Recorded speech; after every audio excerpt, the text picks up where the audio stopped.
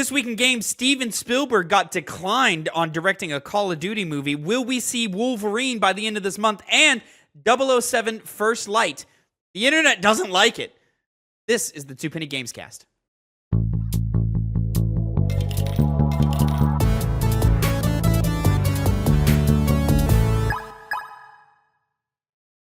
What's poppin', players? Welcome back to the Two Penny Gamescast, episode 266. I am your host, Tavin Bothel, here with my good friend and co-host. Say hello to the people, Connor Elliott. Happy Monday, folks. Happy, exciting gaming Monday?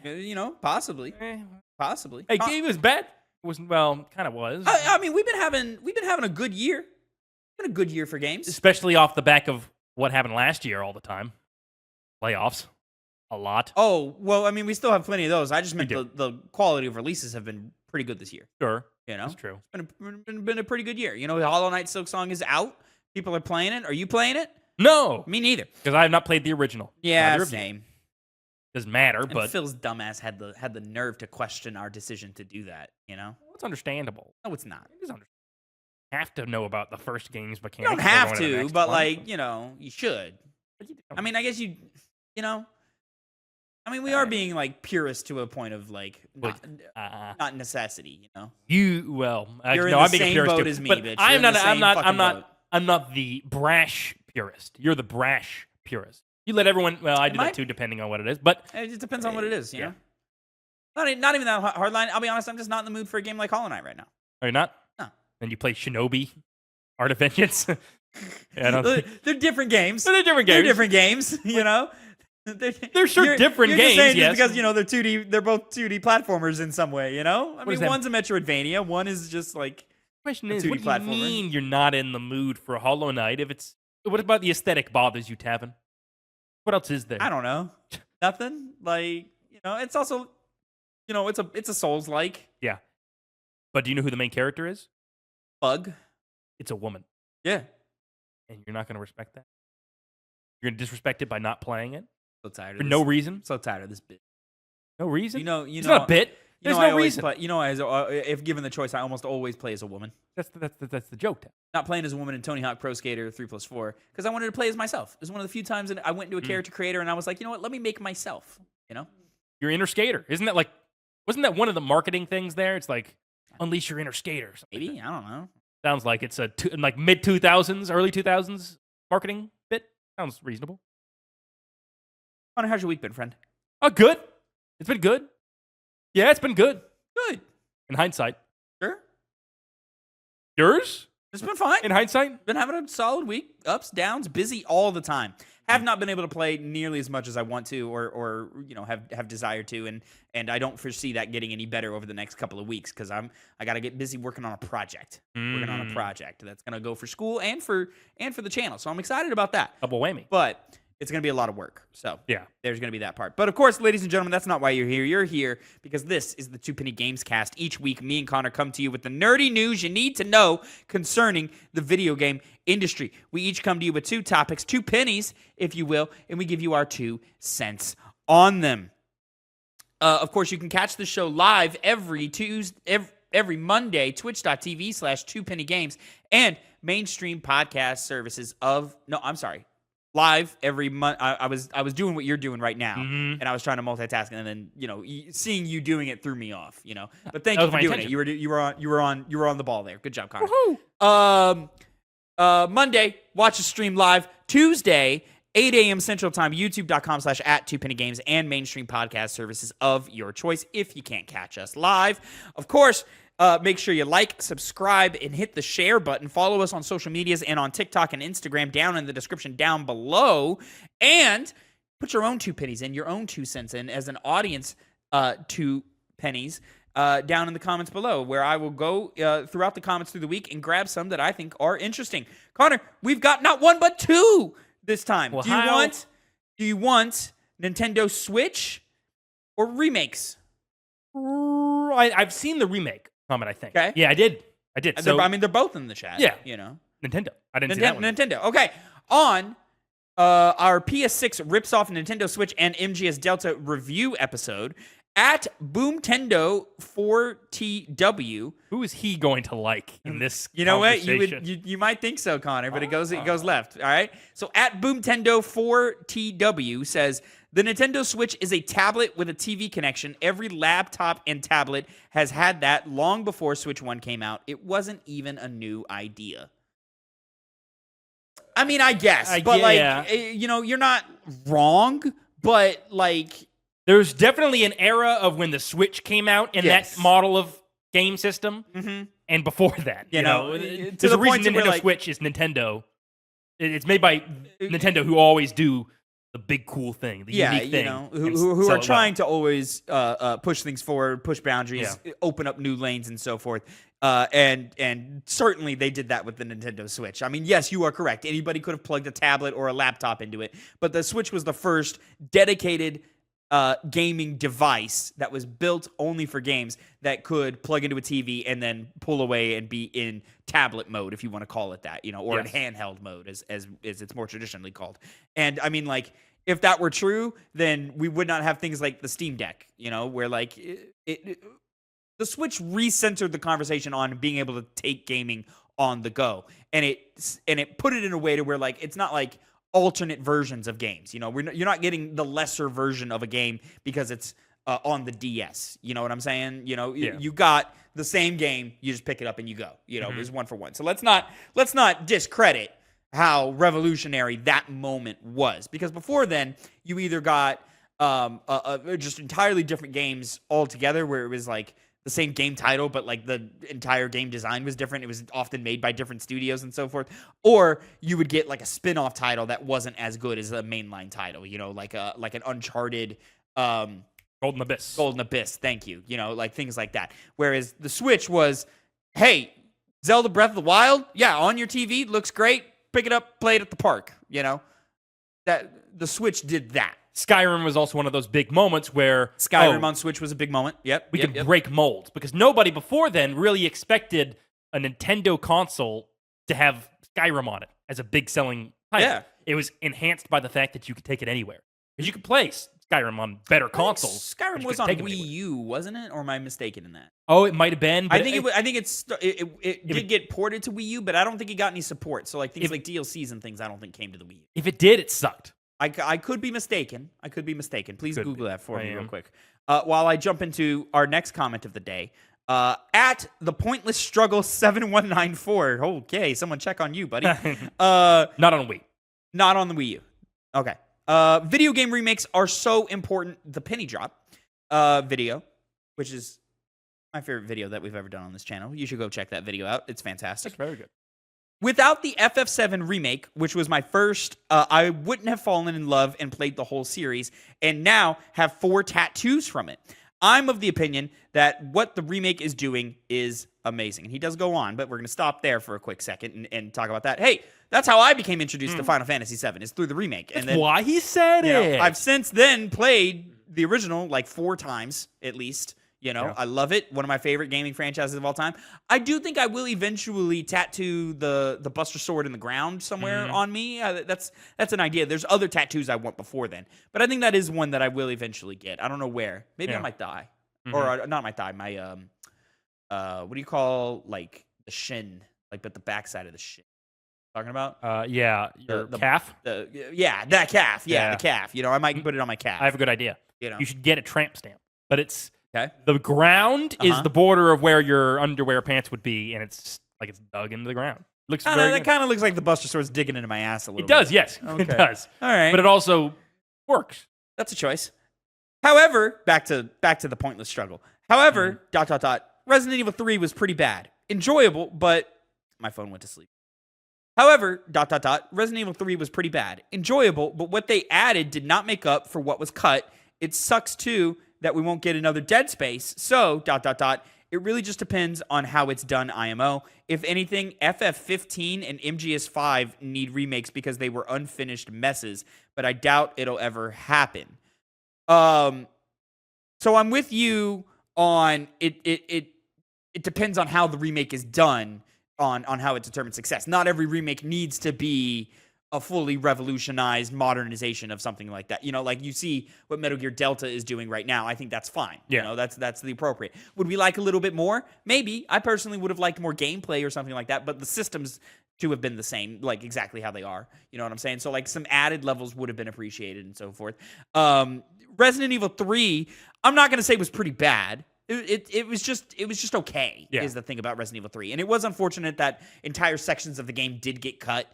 That does suck. And, what they did add wasn't substantial enough. And it didn't feel like a fully finished product. I always believed the rumors that Resident Evil 3 was supposed to be a secret that you would unlock within Resident Evil 2. And instead, Capcom decided to just cut that part off and sell it as a full price title, which was insane. And then, tack on a multiplayer mode to like make it make more sense. But yeah, Resident Evil 3, not a bad game. No. Just not as good as literally every other Resident Evil this era. And admittedly offset by the subsequent remake of 4 that you could argue did the same kind of thing. I mean, even 7 remake did. 7 and Village are better than Resident Evil 3, I would say. Yeah. And it's a Final Fantasy 15 and MGS5. I get what he's saying. I do, and I appreciate it. Yeah. That'll never happen. And I don't think a remake would fix Metal Gear Solid. It's not Kojima. You don't need it to be. Well, I guess it would need to be like remade. I think what we really need for those, Connor, are true envisioned director's cuts. Well, see, and that's what we really need. Is the product is unfinished, and we need the directors to go in and finish the product. And that's where I would question this guy, because I played Final Fantasy 15 day one release. Yeah, there were problems with it narratively, of course, as well. Not really technically, but as time went on, from what I heard, they made it a lot better, and they did come out with a director's cut, which I've heard is substantially better and shores up a lot of the problems the game originally had. Now, to my understanding, not all of it, because Final Fantasy 15 notably had a rocky development, and it went through a lot of different concepts, especially when you go back and look at that first trailer that showed. Even though it's similar in ways, it's different.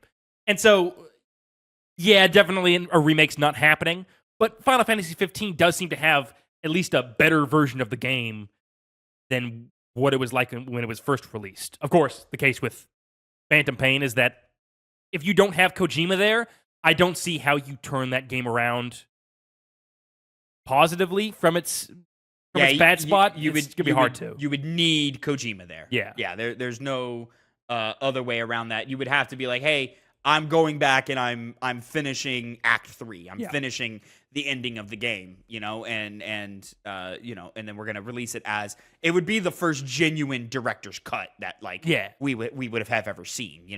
I know that like PlayStation has branded some titles like Death Stranding and Ghost of Tsushima as director's cuts, but like those are just like, here's some extra content. It's not like stuff that didn't make the final cut. It's just, hey, we went in and made more.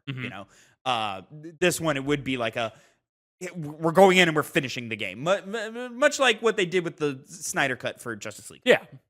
Good comparison. Connor, moving on to our first topic of the day. This is going to be my first penny? Yeah. Sure. I forgot to. Check what? Oh, to know if it's showing up on the screen?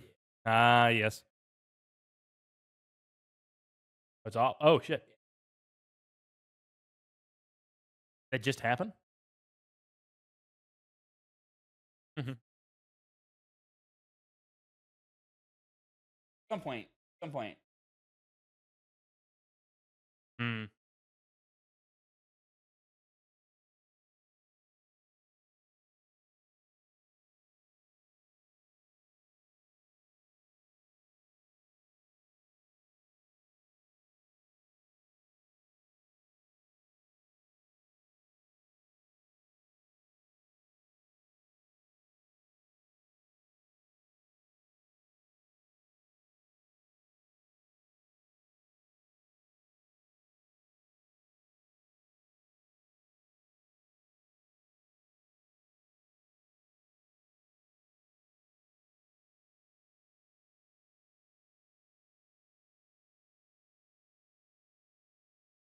Now, why is there a second one?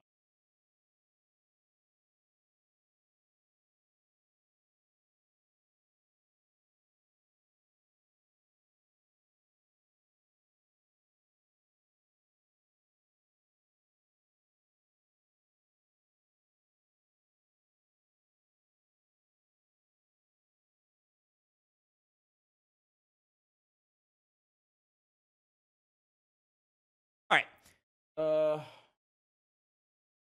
moving on to our first topic of the day, my first penny of the day. There was a state of play for 007 First Light. Right? That's the name of this game? That is the game. I always think it Last Light. Yeah. It's the dead Dying Light. Dying Light. Dying Light, Last Light? No. Infamous Last. I feel like there's a lot of things. We play a lot with the lights. Anyways, 007 First Light. This is the new IO Interactive. The makers of Hitman are now doing the new 007 game. When we got our first big premiere of it, gameplay, cutscenes, full-blown trailer, and everything. 30-minute state of play, 30-plus minute state of play. 34. Look at that. In which they showed off a lot of the game, a lot of its different systems and so forth. Some of that classic interactive Hitman esque bones that IO Interactive is known for was presented here. Very much sort of a middle ground between that and what we would see with more third-person shootery, set-piece focused action games like Uncharted is here. And we're kind of merging those two things together to create 007 First Light. And to start things off here, Connor, my personal opinion, all right, the internet, what I'm seeing on the internet, not too happy, not too kind to 007 First Light. I think this game looks good. Doesn't look great, but it looks good. It looks like fun. It looks like a cool 7 out of 10 video game. And sometimes that's all you need, right? Sometimes all you need is just a neat little 7 out of 10 game to get your irons pumping, you know? Yeah. You know what I mean? Here's what I like about it, Connor, is it's clearly not the level of interactive sim like a Hitman game is, which I think lowers the bar of intimidation that Hitman often has. I've never played IO's Hitman games, or at least the last 3 that they've done. I've not played those. They seem intimidating. It seems like a game that you got to like sit down and focus and play around with and devote some time to, really experiment with its sandbox and all of its different mechanics and possible outcomes to every scenario and so forth. But it's also not going to be on the level of an Uncharted where that polish, that cinematic shine is there. You know, we're meeting in the middle on both. So we're kind of taking some of the cool elements of each, but also pulling in a lot of the weaknesses of each one. Mainly being the shooting doesn't look great. It looks pretty sticky. The cover-based shooting looks very, very sticky and clunky and stiff. It has that system of where you're going to be picking up a lot of enemy weapons. Yeah. And the thing I often find with mechanics like that, Star Wars Outlaws a good recent example, though not the only one. They never pack as much punch as a weapon system that's fully fleshed out and isn't just sure. I mean, but like weapons. Uncharted does that, and Uncharted weapons play fine. They do. Yeah. You're right. And then that's why it doesn't reach the same levels as Uncharted. Yeah. In the same way if they had a presentation. Well, my problem here is there's moments here where we're clearly aping Uncharted. You know, there's a car chase sequence here where it's clearly something ripped straight out of Uncharted. The whole plane set piece sequence here that you're seeing on screen right now, clearly ripped out of Uncharted. We do some cool things to make it more 007 Bond like, a little more Hitman IO interactive bread. But the car chase goes on for way too long. There's moments where you're like, what is the objective here? What am I as the player doing here? It feels like we're lost in the sauce for no reason. And then there's a couple of other moments throughout the state of play where I went, ooh, that just doesn't look as good. But I think the sort of just like the weird brainchild that this is, the weird melding of the two types of games that this is, can create a really interesting experience. Listen, I dock Uncharted games for not being like gameplay heavy enough in the sense of like everybody has the same experience. Yeah. Excuse me. When you play Uncharted, there's nothing like really tailoring your playthrough in a way that makes it different from everybody else's playthrough. You know what I'm saying? This gives it just enough spice to where it's like, after playing that level, I could be like, okay, so how did you get in the mansion? Yeah. Oh shit, you did that. Interesting. I did this other thing that was shown. So like in the gameplay demo here, they show a thing where like Bond takes in his environment, sees all the different options ahead of him, and then chooses the best one that works for him. That's cool, And then there's a level of like on the fly improvisation that Bond is kind of known for. Early on, he climbs through a window and gets spotted, and then there's like a bluff button that you press, and he bluffs his way out of it, and that can or cannot work depending on how it works. All of that's really cool. There's a lot of really cool, like, little interactive things. The plane sequence, clearly not as good as the Uncharted 3 plane sequence, but they add a little twist, a little bit of interactivity, a little bit of gameplay magic that just makes it a little bit more unique and interesting to me. So even though overall the gameplay doesn't look that great, and just the overall package just seems fine. There were just moments in here where I go, oh, I want to know what that's like. I want to know what it's like when I hack the plane controls to the watch and I can, in real time, change the gravity of the situation while fighting bad guys. You know what I'm saying? What did you think of the presentation? I mean, I thought it was overall, basically the same area you're in. I don't get that. I haven't seen the hate that you're talking about. I can believe it happening because I've only seen people kind of refreshed at that it's not some highly edited, misdirecting game showcase, which very often in these cases could be it could happen. I've not even seen this thing that you're talking about of like misdirecting marketing, not for like big blowout pieces like this. I think the format of a state of play did this game a disservice. Where it's like you probably should have edited. You should have edited this. Like, oh, okay, I see. There was a little too much like we're driving up to the estate at the beginning for no reason. You're just killing time. There's that car chase went on a little too long. You could have cut that. Maybe in gameplay when my hands are on the sticks, that's great. But when I'm just watching it, I go, this looks boring. I agree from a showcase perspective, but even within there is kind of what I'm talking about from what I saw people say. That's what the game's going to be like in its final form. Unless, of course, they decide to trim that part down, which is doubtful. And people, I guess, just like that authenticity. Regardless, the game just looks good. I kept thinking about Indiana Jones for obvious reasons. It's the last big movie. Maybe it wasn't the last one. The last one I can think of. Big movie game adaptation of a film, a famous film franchise. I mean, it's not an adaptation, but continue. Yeah, you know what I mean. Whatever. But anyway, whereas this Indiana Jones, and maybe this wasn't shown as well in the gameplay showcases they did, but as someone who got hands-on with the game, the puzzle-solving mechanics, which is a big part of Indiana Jones. He's going into old temples. He's interacting with ancient contraptions that work in Indiana Jonesy ways. And it portrayed that in the game itself expertly well. I mean, the little nooks and crannies you go in to search all of these different, historical sites and, again, engage in typical puzzles that Indiana Jones would go through, really translated well over into the game. This one, it really does seem like it's more of an IO game, a Hitman game, rather than a James Bond movie manifested into a video game. Whereas that was a lot of what people were talking about when they were seeing Indiana Jones and the Great Circle. It looked like, from those cutscenes specifically, but also the puzzle-solving mechanics I was just going over, like an Indiana Jones game in the truest sense. I saw the machine gun influence in Indiana. Oh, I did too. Yeah. But it's more melded with its own unique identity rather than just a machine games game. Right. Whereas this leans more into not only the Hitman games, but also taking a little bit from Uncharted. It seems more influenced by video games than movies, which isn't a bad thing. But when when you start getting into more active combat, the thing I did see a little bit of is people were making fun of the red barrels. A lot of red barrels. I get that they're big. Pretty explosions, though. Oh, the explosions are pretty. And I see what they're trying to do because they did harp away a lot on environmental interaction in not only combat, but of course your stealthing and your infiltration missions.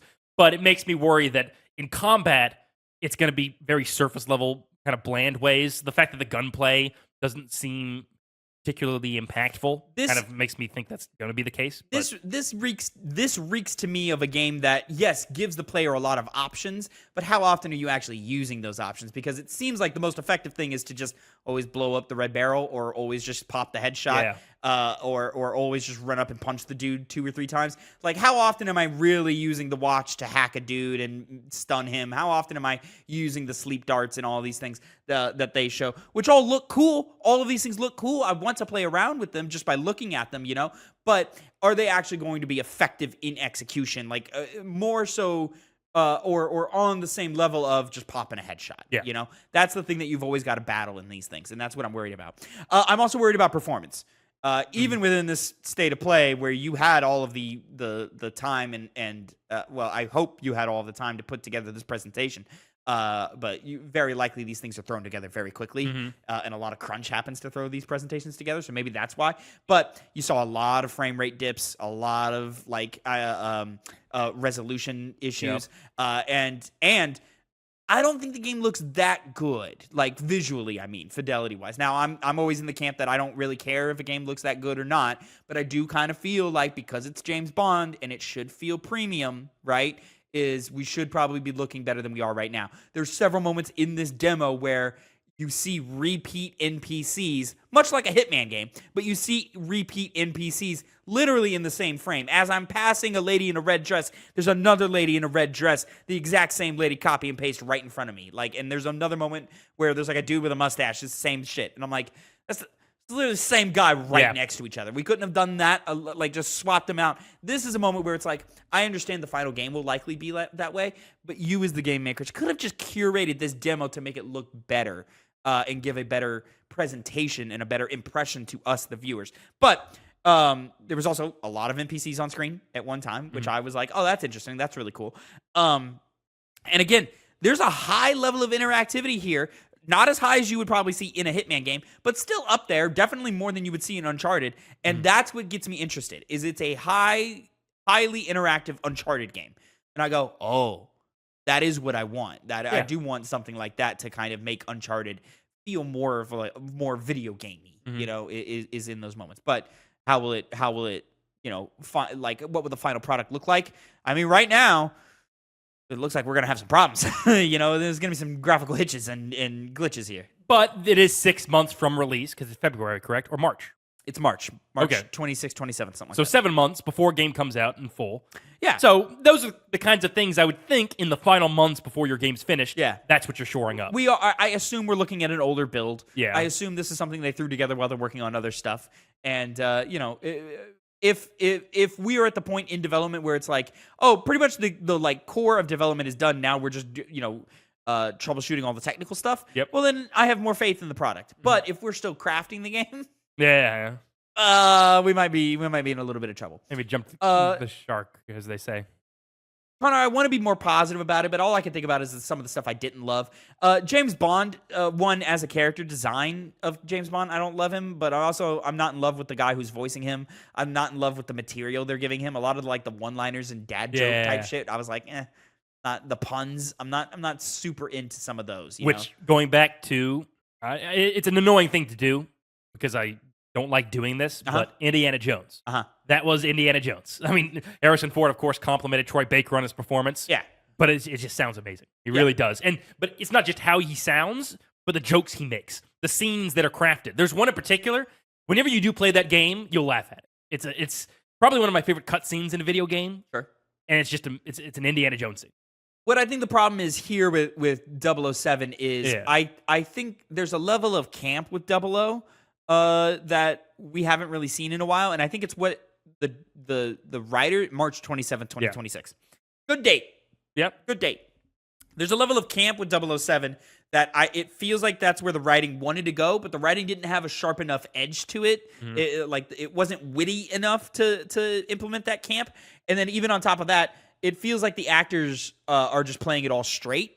They're doing a fine job of playing it straight, but it just makes it all kind of seem a little dull. Like, I don't care about who's playing all these other characters. I don't really care about this Bond right now. He just doesn't seem memorable to me right now. Which, of course, they brand this as him being the rookie.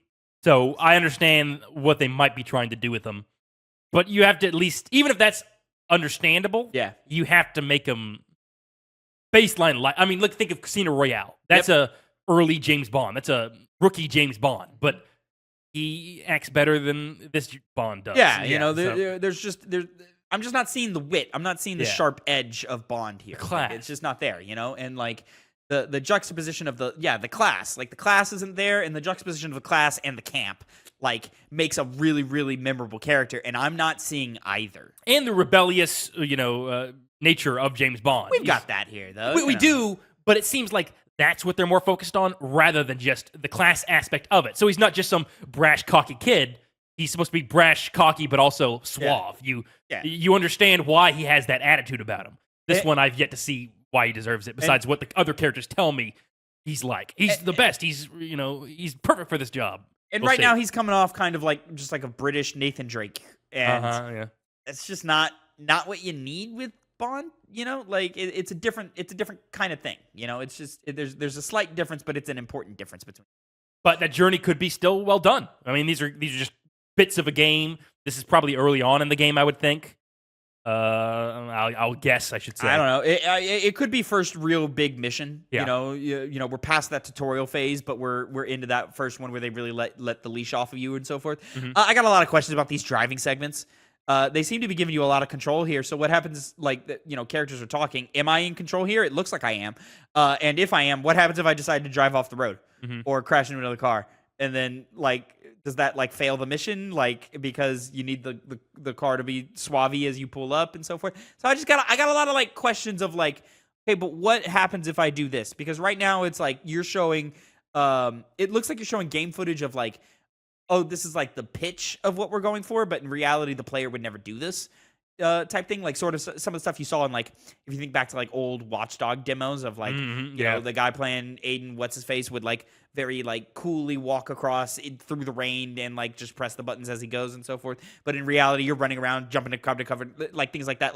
The cinematic control that the player is showing in these moments would not translate to when you actually play the game. Yeah. So I just have a lot of questions like that. What is going on here?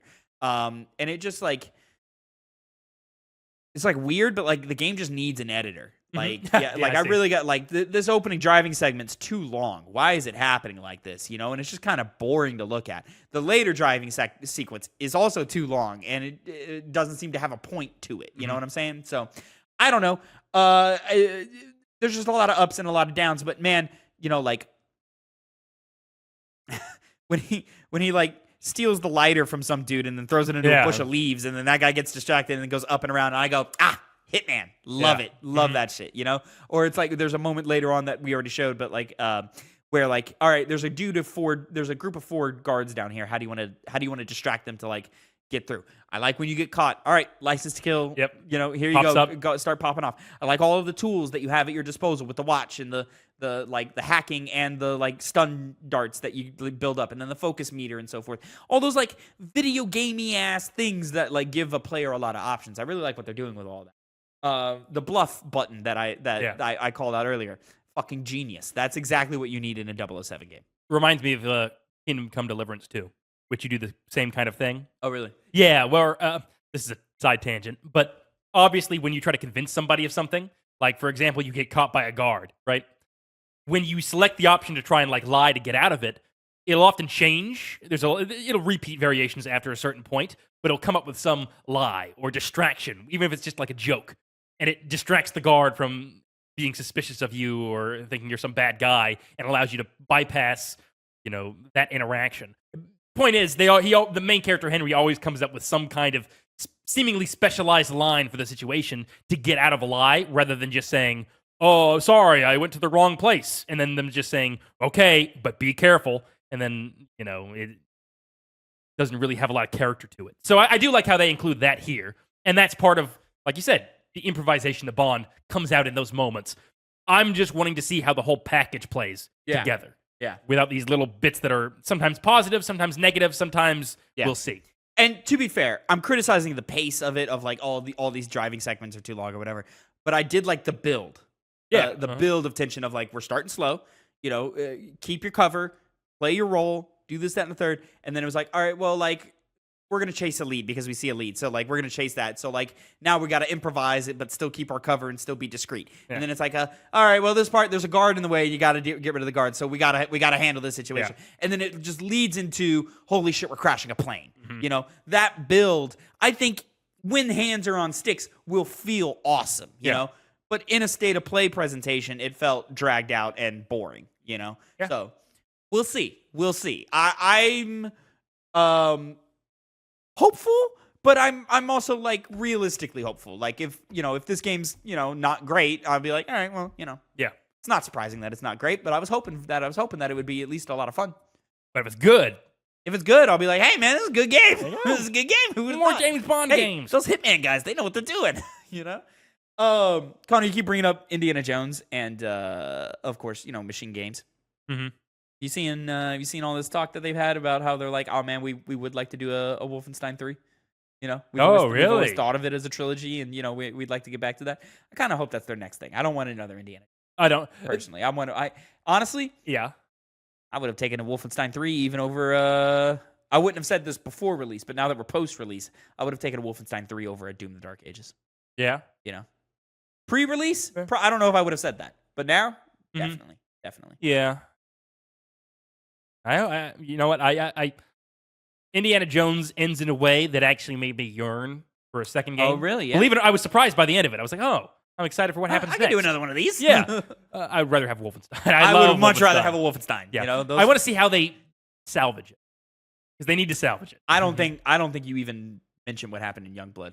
I think Wolfenstein 3 takes place in between 2 and Youngblood, and you might even, have a developer in an interview be like, yeah, Youngblood's not canon. I hope, honestly, that's what they do, because where's it going to go from 3 to what happens in Youngblood? They had a setup.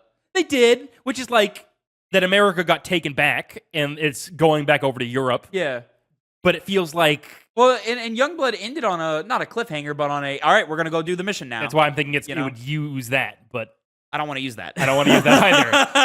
That's why it's maybe like, guys, listen. People didn't like these 2 characters. People didn't like the game. I didn't dislike those characters. I was like, eh. But people didn't like them still. Really? I never who. Yeah. Is that the misogynist talking? That might have been the misogynist talking. Because I remember coming off of that game and being like, they're okay. Like they're not annoying. They're just kind of there. They're bland. They're just bland. Yeah. And from BJ Blazkowicz, that's a downgrade. It was fucking awesome. Great, yeah. And his wife and all those kooky characters that are in the gang with you and so forth. So to go from that to these 2 are just a little boring. You could always salvage that, make them interesting. If that was a B team, writing team or something, or maybe they just didn't have the time to punch it up and make it more interesting and so forth. Because that was a weird game. It was, yeah. Just like from a direction standpoint, it was just a weird game. I didn't like that game. Neither did I. And so by the end of it. Yeah. But, you never know. Youngbloods was not a DLC, was it? Whole game? It felt like one of them things that it felt like an alternate mode that they got blown up into a full game. Yeah, it was a full game, yeah. It was also kind of like bullet spongy, so it kind of felt like maybe they were trying to make it like a Borderlands type thing, or maybe even like a full blown early games of service game or something. It could have been. It was weird, man. Yeah. Because they had health bars. That was the whole thing. Yeah, it was health bars. Enemies had levels. They did that because of the co-op.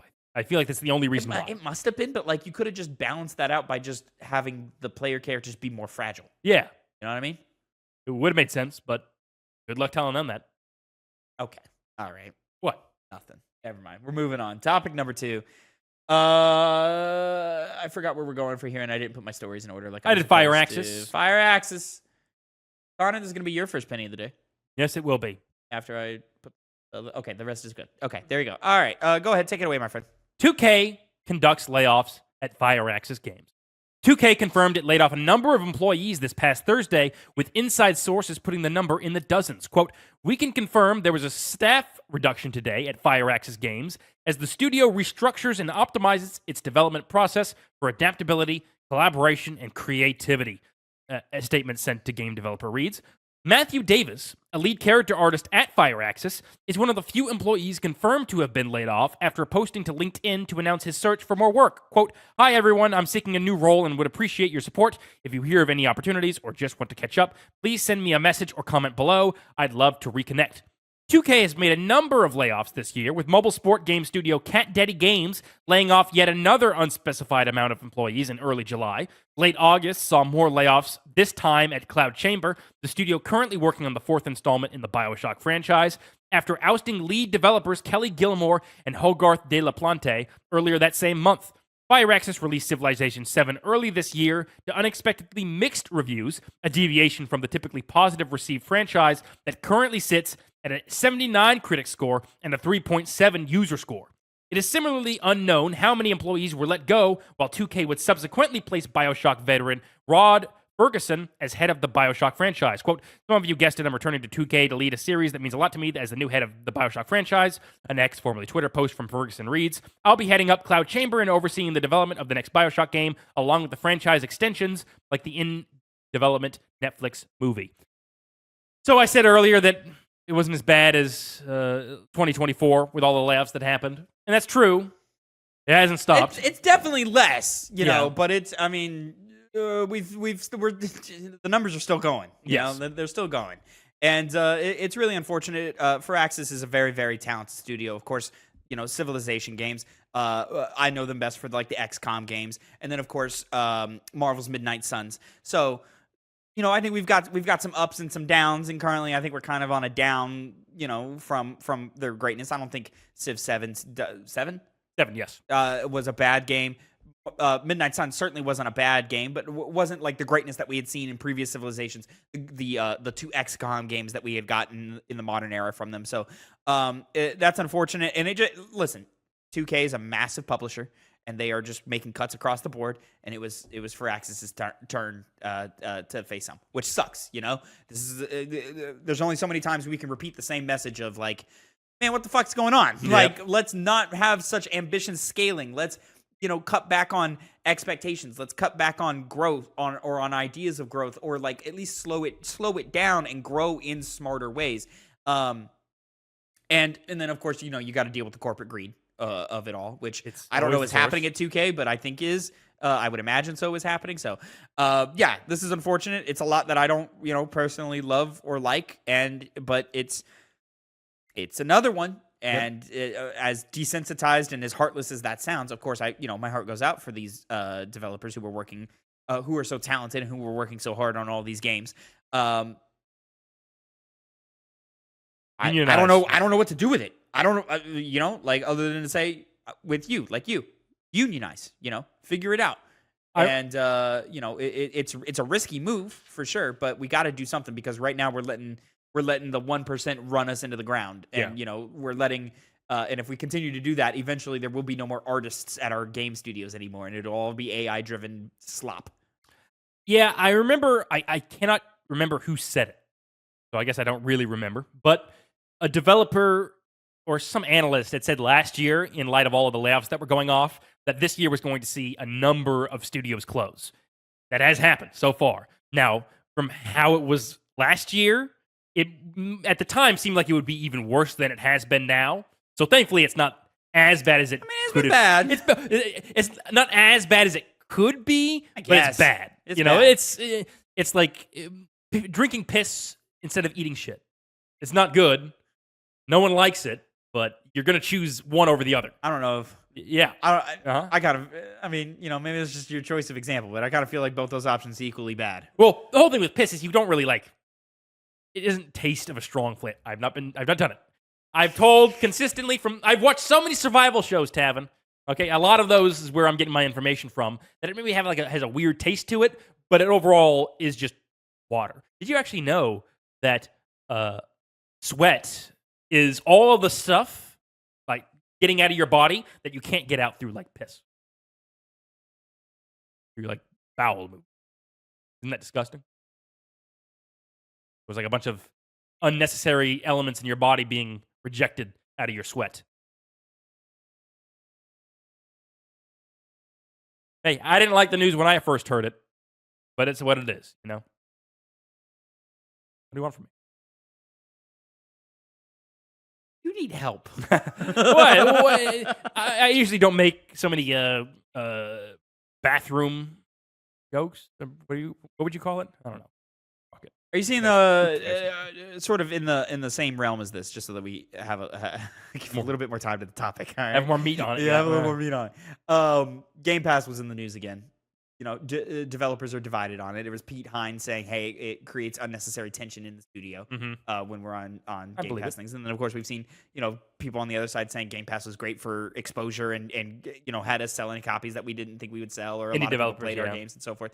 So it's kind of a mixed bag from the developer perspective. I think from the consumer perspective, it's like, oh, this is fucking great. Yeah, Game Pass is one of the best things ever. But from the developer perspective, it's a mixed bag. It depends on who you are. I had the thought today of Game Pass. I think. Benefits the mid-range of development, mid-range games, it benefits them the most. But in an era where we don't get so many mid-range games anymore, it kind of feels like we're kind of starting to get back to that. But for a long time, we didn't have any of that. Yeah.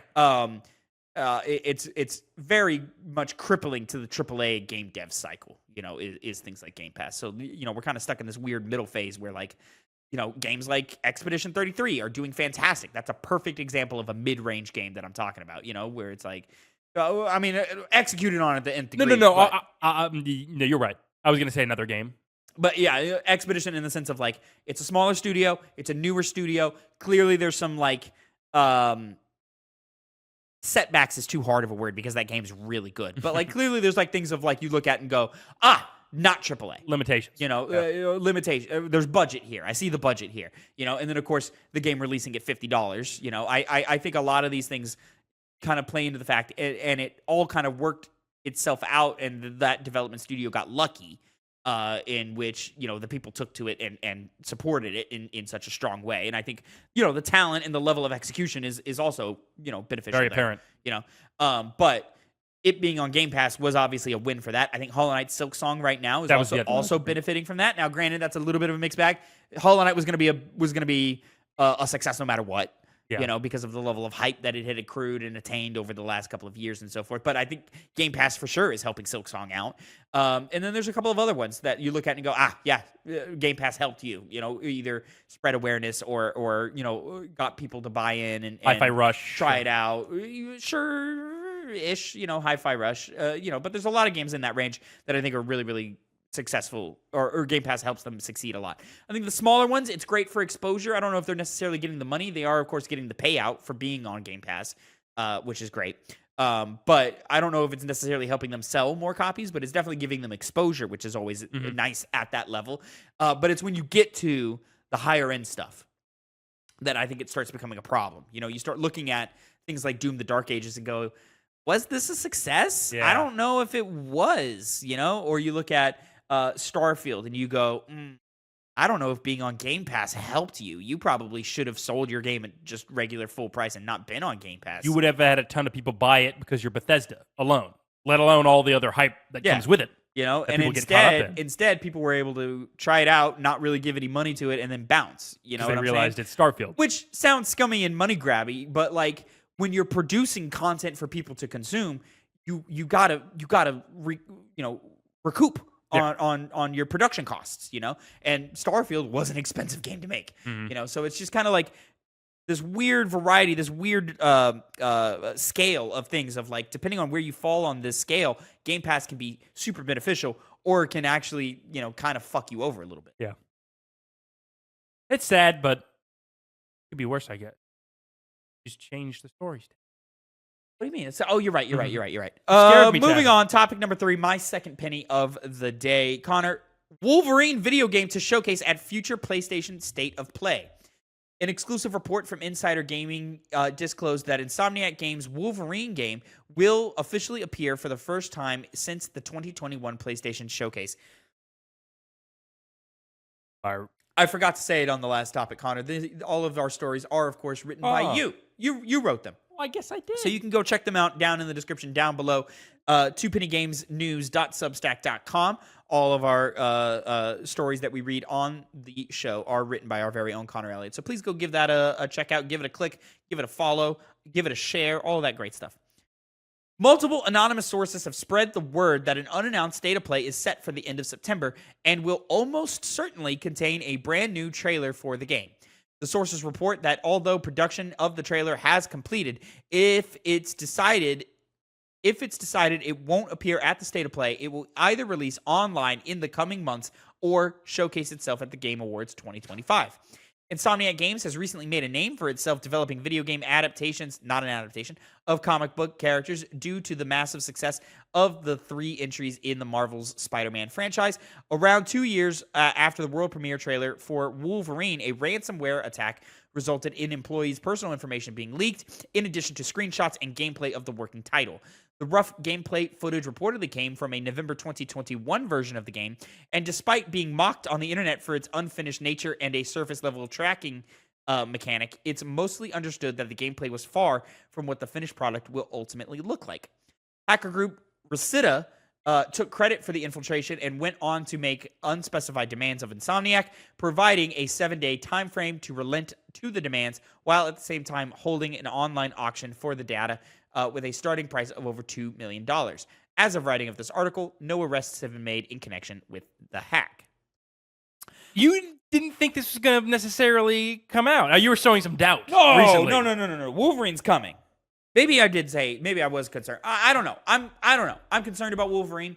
It's been a long time since we've seen or heard anything about Wolverine. Now, granted, just in the regular marketing cycle of Insomniac Games as a studio, we are allowed some slowdown time. Of course, they put out back-to-back in 2020 and then 2021 with Ratchet Clank Rift Apart into... I'm sorry, I've got those backwards. Spider-Man Miles Morales into Ratchet & Clank Rift Apart. They did the Spider-Man 1 remaster, and then they launched Spider-Man 2. Insomniac's output has been very, very consistent and very, very well appreciated in this generation. I think Insomniac has been PlayStation's star studio this generation, for sure.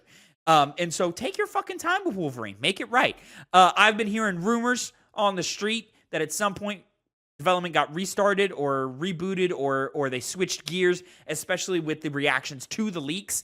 They've kind of changed gears up a little bit, and so I'm just curious to see what we get. I went and I watched the leaks when they came out. Of course, I saw those, and it looked fine. It looked like an early gameplay demo that was not ready to be shown to people. Is what it looked like. Yep. So. What I saw, I was like, all right, cool. If they, make that if they turn that into an actual game, maybe it'll be cool, Yeah. And so, yeah, I'm very, very excited to see what Insomniac has when it comes to Wolverine. I'm very excited to see a tonal switch from something that we've seen from Insomniac in a while. Like, we haven't seen a more, I would say, gritty, mature tone from Insomniac for a long time. It was probably Resistance 3 was the last time we saw anything, kind of serious from them. And so, I want to see some grit. I probably want to see it be rated M and, Wolverine get down and dirty and bloody and nasty with it. Well, they did already confirm it's going to be M, like a while back. And so, just to say that I'm excited for these things is when they come, And then on top of all of that, Insomniac's on a hot streak. I trust Insomniac to put out really good quality games. And so this is no different. I'm excited to see it. Will we see it by the end of the month? Hopefully, but take your time. Take your time, We'll see. Yeah, I mean, I am not the biggest comic book fan. Not a big comic book character fan either. I still like a couple of them. Wolverine being one of them. The reasons you just described. People want a violent superhero video game. That's what they want. People like the idea of being Wolverine and slashing. I don't know. They want a violent superhero video game. They want a violent Wolverine game. Well, yeah, that's true. They've already gotten that though. They've already gotten. In fact, one of the only violent superhero games are the past Wolverine games. So it's been a long time since we've had one though. I think these are people who just don't. We've never had We've never had like a great Wolverine game. We've had like fun ones. There's been some fun ones. I think the movie tie-in for the X-Men Origins is fun. Yeah, I never played it, but I played X-Men. I think it was called Wolverine Unleashed or X-Men Unleashed or something like that. Definitely took a lot of cues from X2. Yeah, back in the day, I had fun with that one. Yeah, these games are fun, and I think Insomniac, believe it or not, makes fun games. Yeah, they do. I guess my only worry, because I've always thought this game was going to inevitably come out. Yeah, and I didn't hear about the rumors you did about some major issue they had during development. I can easily believe it, especially nowadays. I wouldn't even call it an issue. I think it was just a part of the. It's just part of the creative process where you go, this isn't working. Let's pivot. Yeah, fair enough. But my only hope is that it doesn't play too much, just like Spider-Man, mirror to Spider-Man, just with Wolverine skins and some Wolverine features to it. Even from the leaks, I saw the differences. Oh, I did too. Yeah. It's just a matter of when you actually get game feel on there, because it was such an unfinished part of the game that it's going to have massive changes from when we saw that test footage to now. And depending on when that pivot might have happened, they could have made it more like, hey, we want to be making it more like the Spider-Man games since that's what works. Yeah. Maybe not a Insomniac making that decision. Maybe they're the bosses were. I'm curious to see what this next trailer is going to look like. Yeah. Are we keeping the same art style even? I think there was probably early ideas and early intentions to have this be a shared universe with Spider-Man. Is that still the case? Is that still true? I mean, if it comes out and, there's maybe a little bit more cell shading or something this time around instead of the more natural look that Spider-Man has, that tells you a lot, of like, we're going to keep these things separate and like that. And also, are we expecting to get more than one Wolverine game out of Insomniac? I don't know if we are. I don't think so. No, I don't think so either. I think we're probably gonna. It feels like this is gonna be a one and done, which is what it feels like. Which is why it would make sense if I do think they are making a more cinematic universe, because I mean, we'll see, but I don't know. I just see it happening because Spider-Man's done so well. Yeah, we'll see how Wolverine does, and potentially all of it could be made in a way where you could have some game down the line after you make one or two other superhero games, and you can try and be like Marvel video game. Game development is so tricky. Like you can't put a different studio onto this and have it be in the same universe. Like mechanics and storytelling and all these things. Like it just gets difficult in that. So then like the only way to really have that is Insomniac is the Marvel superhero game studio, and I don't want that for Insomniac. Neither do I. Which is, I think that'll most likely happen if, in hindsight, once Spider-Man 3 comes out, whenever, because I'm assuming is going to be the next game after Wolverine. How Wolverine finishes, if they're trying to leave room for a grander universe, I think is when we'll. Well, I mean, like I just don't see it. I just don't see it. I think people will get tired and bored of making them. You know, like I think people will get tired of playing them too. You know, Like I look at it and I go, it feels like Spider-Man's going to be wrapped up by 3. I could be wrong. It feels like we're just going to do one more Spider-Man. Is what it feels like. And then maybe we do another Wolverine. Maybe we don't. I don't know. It depends on what they're feeling and what they want to do, right? But like, or maybe it doesn't. Let's say it ends at. Let's say we get Wolverine next year. Let's say we get Spider-Man 3 by 2027. No, it's got to be later than that. It'd probably be 28. Yeah. You know, and that's probably maybe even on the early side of it all. When did 2 come out? 3. 23. Yeah. End of 5 years. End of 23. Not going to be a big deviation from how 2 plays to 3. Yeah, I'm almost curious if it's not even going to take that long. Yeah, I guess it depends. I mean, they've had layoffs and so forth, so maybe being 2 games at once is a difficult thing for them now. I don't know. Layoffs that occurred only a short time after Spider-Man 2 released to massive success. Yeah. Of course, based off the layoffs we were talking about earlier, it makes me worried if they do go down that line of making Marvel-based games. Yeah, well, I mean, like, even if we stop at Spider-Man 3, that's another 3 or 4 years of Insomniac only making superhero games, you know, maybe even more than that. And it's like, ugh, is that interesting to anybody, really? Like, I want another Ratchet, man. I want something new. Especially when you have Warner Bros. Wanting to milk DC games. Yeah. So maybe there's a bit of oversaturation on the horizon of superhero games. But if they go the path they do, where Insomniac doing its whole big thing. I don't think it's an oversaturation thing, Connor. I think it's more of just like a I just don't want Insomniac to be the superhero game studio. Oh, well, you might think that because you're the Insomniac guy, but I feel like most people, they would get tired, not of Insomniac just making superhero games, but of superhero games before that happens. I don't see that because superheroes can be such superhero detractors like to all put it all into one lumpy thing. But we're talking about video games here. Yeah. You know, each of these heroes is going to control and feel and play so dramatically differently that like just lumping it as, it's just a superhero game, that doesn't make sense. That only makes sense because we've only seen a bunch of Batman and Spider-Man games. This Wolverine game is going to play entirely different than how Spider-Man's going to play. Yeah. So it's just going to be basically a new game. It's going to be entirely different. Like categorizing them, I understand they're both superheroes, they're both Marvel properties, but categorizing them in the same like almost genre seems crazy to me. From a mechanical genre perspective. Yeah, you know what I'm saying? Like these are going to be 2 different games. Oh, I get it, but that's the thing where we're thinking in terms of video game and what makes the best video game. I feel like if that's the decision that's going to be made, it's going to be because it's the Marvel properties, it's the superheroes that.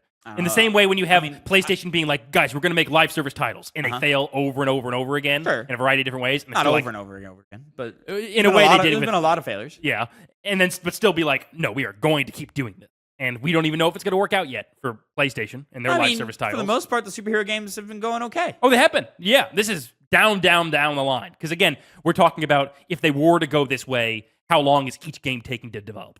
A lot of time. I mean, I guess, but if I'm Marvel Games, I cut deals with different studios. Yeah, and I go. Who wants to make fucking another Black Panther game? We've got another Black Panther game coming already. Or who wants to make a Captain America game? Who wants to make the Iron Man game that we all actually want. Even though that's also in development. This is tricky. What's an underrated hero that we haven't really seen yet? Captain America. Well, I don't know. Who wants to make a Hulk game? Who wants to make a Thor game? Like these guys, and those are going to play dramatically different. And it's like, all right, who wants to make them what makes sense and so forth? Yeah. Like we've had some wins and losses here, Marvel's Avengers, Suicide Squad, all the cancellation of Wonder Woman and that Black Panther game that nobody saw anything about. All of these things, those suck. But we've had some wins. The Spider-Man games, all three of them have been wins. I would bet the Wolverine one is going to go down as a win. There was success back in the day with the Arkham trilogy and Arkham Origins. And then you've had some like middling responses to things like Midnight Suns and to Guardians of the Galaxy. I mean, the Avengers. I would count Avengers as a loss. Even though I liked that game. There's a range of expectations and what can happen here, and it's like discrediting it just because they're all superheroes is silly. Like that's not looking at it big picture. I think it's very accurate in looking at it that way. People have superhero fatigue. It's not in video games, which is where that space might be different. Movies and video games are different, man. They are very different because movies not have to, but movies are more likely than not going to follow a pattern. Yeah, and I'll be honest, I don't believe the superhero fatigue thing. Mm-hmm. I believe it's bad movie fatigue. Mm-hmm. Like that's what I believe. And that's why you're seeing, headlines of like box office results of things like Thunderbolts and fucking Superman not doing that well. What was the last one? Fantastic Four not doing as well as you would maybe expect. One, I think our expectations have ballooned since things like Avengers Endgame. Not every one of these movies is going to be $1 billion project. Two, who the fuck expected Thunderbolts to be a success? Three, Superman's coming off the back of fucking 20 terrible movies. Like, yeah, less people are going to be interested in seeing the Superman movie because we just saw a bad Superman universe. You know what I'm saying? Like, of course these things are going to work against themselves. It's a matter of like execution, doing it well. And that's where we are. There's a resetting of these things to do it well. The MCU has been hit or miss the last couple of years. So yeah, not everybody is excited to go see the new Fantastic Four movie, which is another IP that has been in the dumps. Okay, because we saw 2 iterations of it that fucking sucked in the last 20 years. Yeah. Yeah. People are tired of that, But if I said there's a Daredevil game coming next week, you'd be like, oh, that'd be pretty cool. Yeah, that would not like. If it was a Rocksteady made Daredevil game, I'd be like, fucking sign me up right now. A what? Rocksteady made Daredevil game. I'd be like, fuck yeah, man, let's do that. That sounds badass. You know what I'm saying? It's not a and for video games specifically, like how heroes control, how they play, how they move, like. Sorry, you're just not going to find someone who doesn't want to play one of these games. Yeah. Like a lot of people who want to play. Because like if I said there's a Green Lantern game coming in the next 2 years, I'd be like, oh, fuck, how the fuck does that work? That sounds cool. You get to tell me I get to create things and smash them over people's heads with them? Fucking hell yeah, bro. Give me the little mini gun. Let me fly a Harrier jet into a truck of bad guys. Maybe the Flash game will finally come around. That one I don't know about. Speedsters are real hard to do. It is hard. Speedsters are real hard to do. Loading, Crackdown. Loading. Yeah, I guess we'll see. Saints Row 4 was a little speedster-y. What is? Saints Row 4. Oh. There was a lot of running around. There's also a lot of like jumping into the air and flying. Yeah. It's really more of a glide more than anything, Glide in the Saints Row game. My last experience was 3, which is wacky, but I love 4. Yeah, everybody always points at it and goes to jump the shark or whatever, but I'm like, yeah, but it's a fun superhero game. Like it's fun. Like it's just fun to just like I'm gonna run up and like punch a truck and it's gonna go fucking flying. Like it's just cool. Moving on, topic number 4, final topic of the day. Connor, your final penny of the day. But Tavin, I have to do both the hour mark. And the minute mark. And the second mark. If only you could have known about this and you could have, prepped it and known that, all right, we're not going into hour 2, so you can just do hour 1. You know what I mean? Activision rejects offer by Steven Spielberg to direct recently confirmed Call of Duty film. Following the September 2nd announcement of Paramount's deal, I fucking wish you had messed up scrolling that up. I wish you had. Fuck. Following the September 2nd announcement of Paramount's deal with video game publisher Activision to produce a Call of Duty movie, Puck News reports Activision turned down an offer by famed director Steven Spielberg to head the adaptation.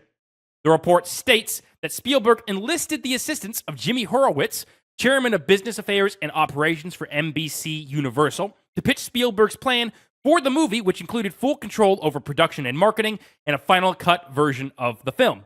Such stipulations apparently, quote, spooked Activision into turning down Spielberg's offer and instead opted for another pitch made by film producer and CEO of Paramount Skydance Corporation, David Ellison.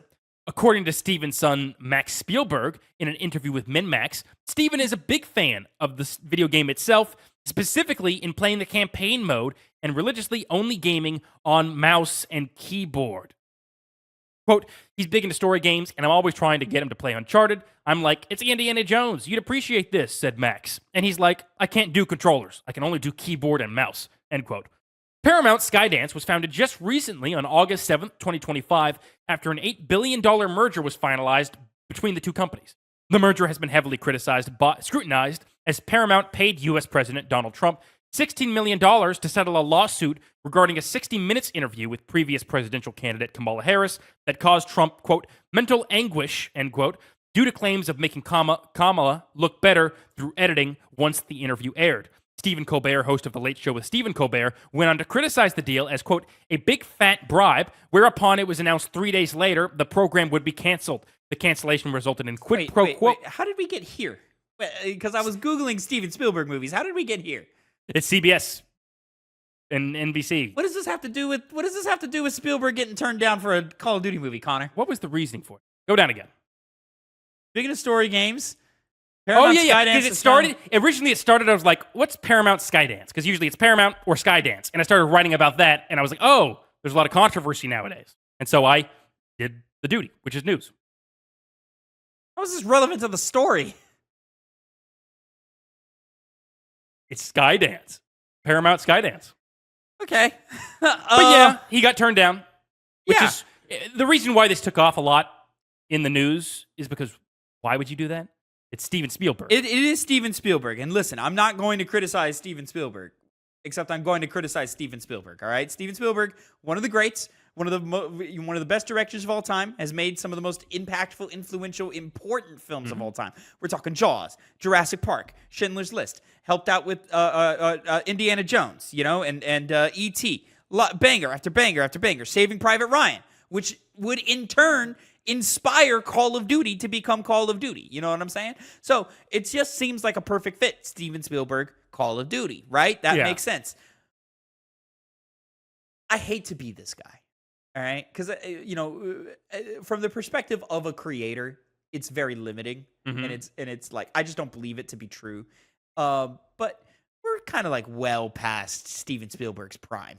Yeah. When's the last time you were like blown away by a Steven Spielberg project? Was that? I'll make it even easier. When was the last time you really liked a Steven Spielberg project? There was Big, the giant movie. Yeah, you really liked that. I've never seen it. You really liked that. I never said I saw it. I liked the 2021 remake of West Side Story. That was pretty good. What, the 20 what movie? 2021 West Side Story. Yeah. He did The Fabelmans. I don't know what that is. Never heard of it before. You know what I'm saying? And okay, You're looking down the line. You go, nah. I don't know. Did he direct Lincoln? He did. Oh, I'm pretty sure he did. Let me see. When did you? I used to be able to just go to Wikipedia right away. Why do I want to go to Rotten Tomatoes? I don't. I really don't. IMDb. Yeah, IMDb. I don't want that. But no, he also made The Post, which also was Oscar nominated. The Fabelmans, I think, was as well. Nah, he still got it. He made one bad movie, and that's Ready Player One. Listen, I'm not even saying he's bad. I'm not. Course not. Of course, I would never, right? But like, does the name Steven Spielberg attached to any project get you excited for anything? I think a lot of people, for a lot of people, yeah, it does. Especially for a Call of Duty game. I mean, it's Spielberg. He's a big blockbuster guy. And Call of Duty is in that same kind of space. So it even just makes sense as a perfect fit for the two. What would a Call of Duty movie even look like today? Don't say World War II, because it wouldn't be a World War II movie. Ask the guy who made Saving Private Ryan. It wouldn't be a World War II movie, man. It just wouldn't. I think it'd be best to like go the Modern Warfare route, personally. Mm-hmm. Those games are quasi cinematic already. Yeah. That kind of makes sense. Maybe a Black Ops route would be pretty decent, but, And then the title. What is the title? Is it Call of Duty Black Ops, the movie? Or just Call of Duty, the movie? It's just Duty. Black Ops? Because Call of Duty is all you need to get butts in the seat. You don't need the next part afterwards. Like a Call of Duty movie, the first one of its kind, I think that would get a lot of people just to watch it off interest alone rather than the quality of it. Listen, if the headline was Steven Spielberg to direct Call of Duty, right? You know what I would think? What? Oh, that movie's not coming out. Well, why is that? It just would get lost in production. He wouldn't really care about it that much. It would just be, it'd be like this fucking Metal Gear Solid movie that they like to remind me about every 3 to 5 years.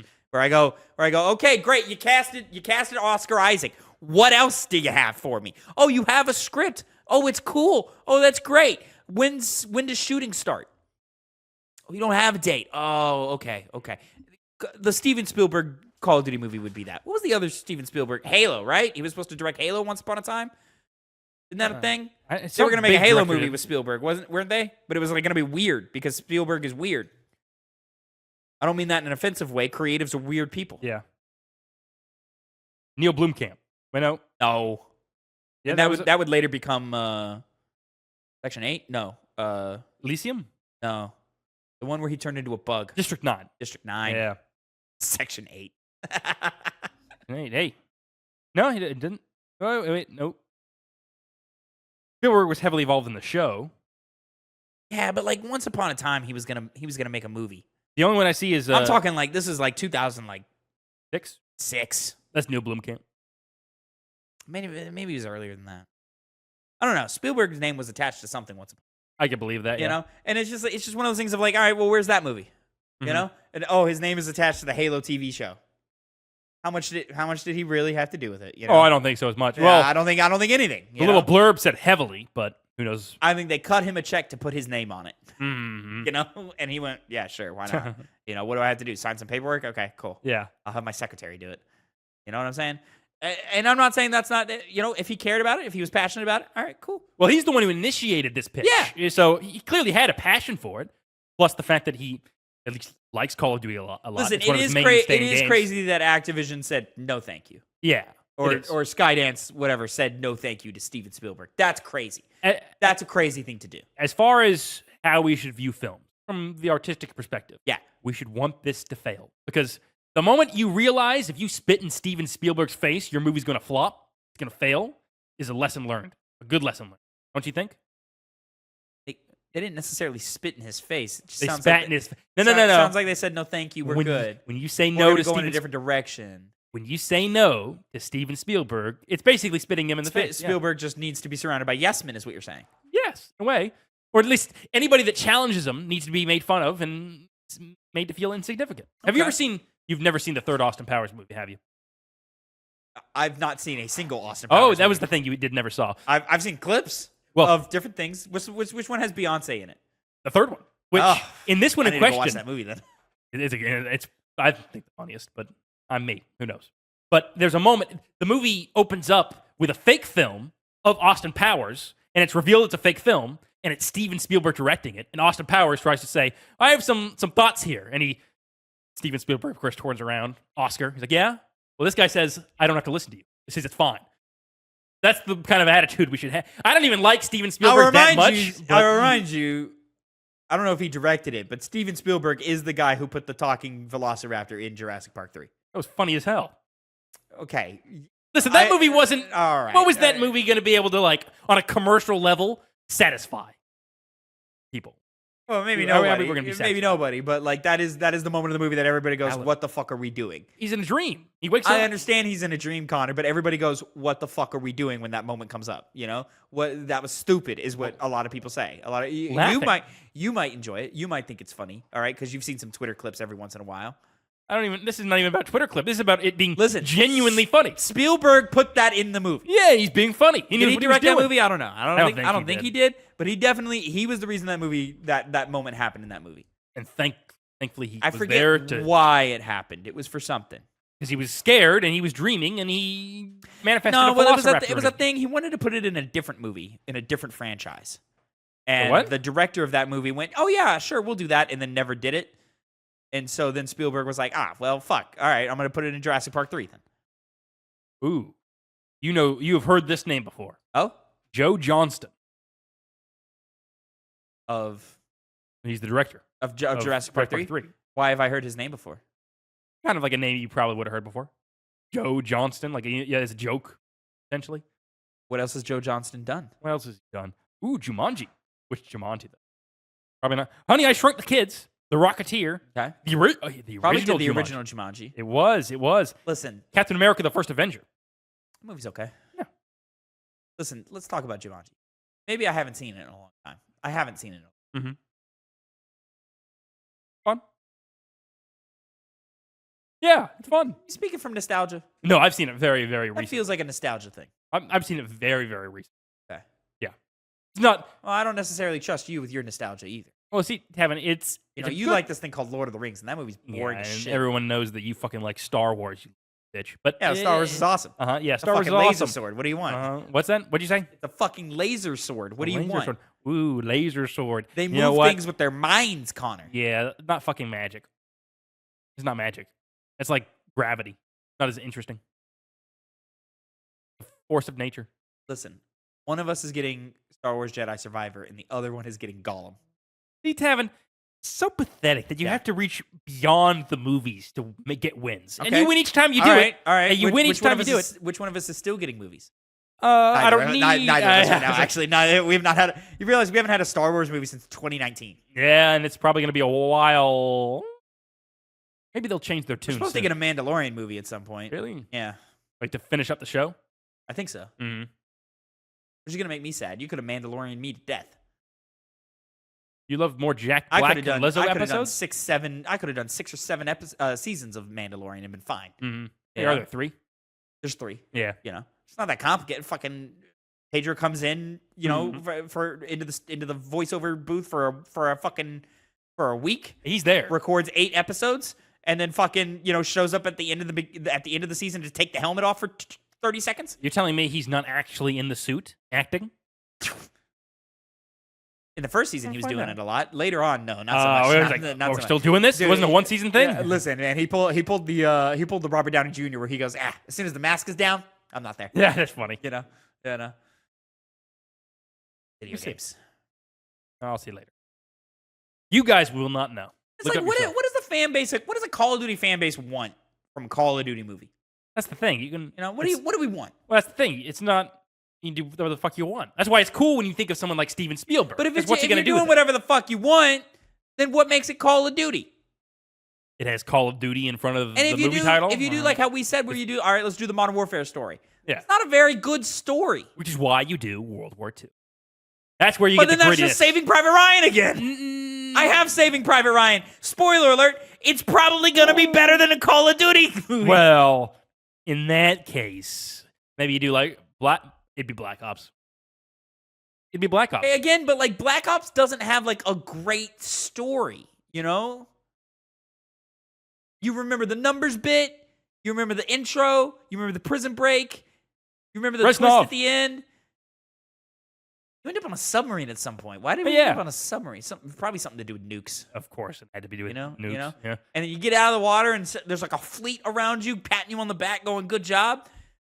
Okay. But that's the whole thing: is that you're patted on the back, but then you realize, kill JFK. Spoiler alert. You don't remember that part? Did that happen? Oh yeah, literally part of the brainwashing, like kill JFK. But that wasn't the long-term plan. No. It's just something that happened. It's just something that happened. Yeah. Okay. Interesting. Why? Because that was the whole thing. Remember how when he met with Kennedy, he wanted to like shoot him in that scene after he got out the prison because he was brainwashed by the Russians. Okay. Kill people. But then you played as JFK in the Nazi zombies mode. So tell me how that works into the alternate reality. I'd be more interested in that. Give me a Steven Spielberg Nazi zombies movie. What does that look like? That would be good. Now we're cooking. Now you get it's Nazi zombies. Do whatever the fuck you want. You don't know that wasn't his pitch. Oh, you could be like Connor, you got me. You got me. And that's where they got spooked. That's why they said that word specifically, because it's like it's a reference to scary. That's spooky. I don't like. Yeah. Wait, Nazis and zombies? Those are two scary things. And then David Ellison was like, "We'll do Price in this movie," and then they were like, "Okay," and then he said, "We'll have Ghost in this movie." Then they gave him the deal. That's how it went down. What are you talking about? Like David Ellison, the guy who made the other pitch and that won out in the end. Connor, I'm sorry that I criticized your article. You worked real hard on it and did all these things. I just don't understand what Donald Trump had to do with this fucking story. Well, Tavin. You started talking about Stephen Colbert. I was like, what? Wait a minute. Why are we talking about that? Again, I was writing it first. I was like, background of David Ellison to, assassinate his character. And there you go. I did it. For the rest of that article, he is officially assassinated. I just feel like you should really go and do that idea I talked about where you put the important information in the Google Doc and we just read off the Google. You could put the little bullet points about the Donald Trump thing in there, just for fun. But Tavin, I would just say that unbiddenly. I would just say it. But that is an idea that has been said 3 times now and will be entertained, like it was the last 3 other times you said it. It's not even that much. It's literally you just highlight, copy, paste. No, yeah, I know. It'd be less reading on the show. It'd be more fun to do the show. Oh yeah.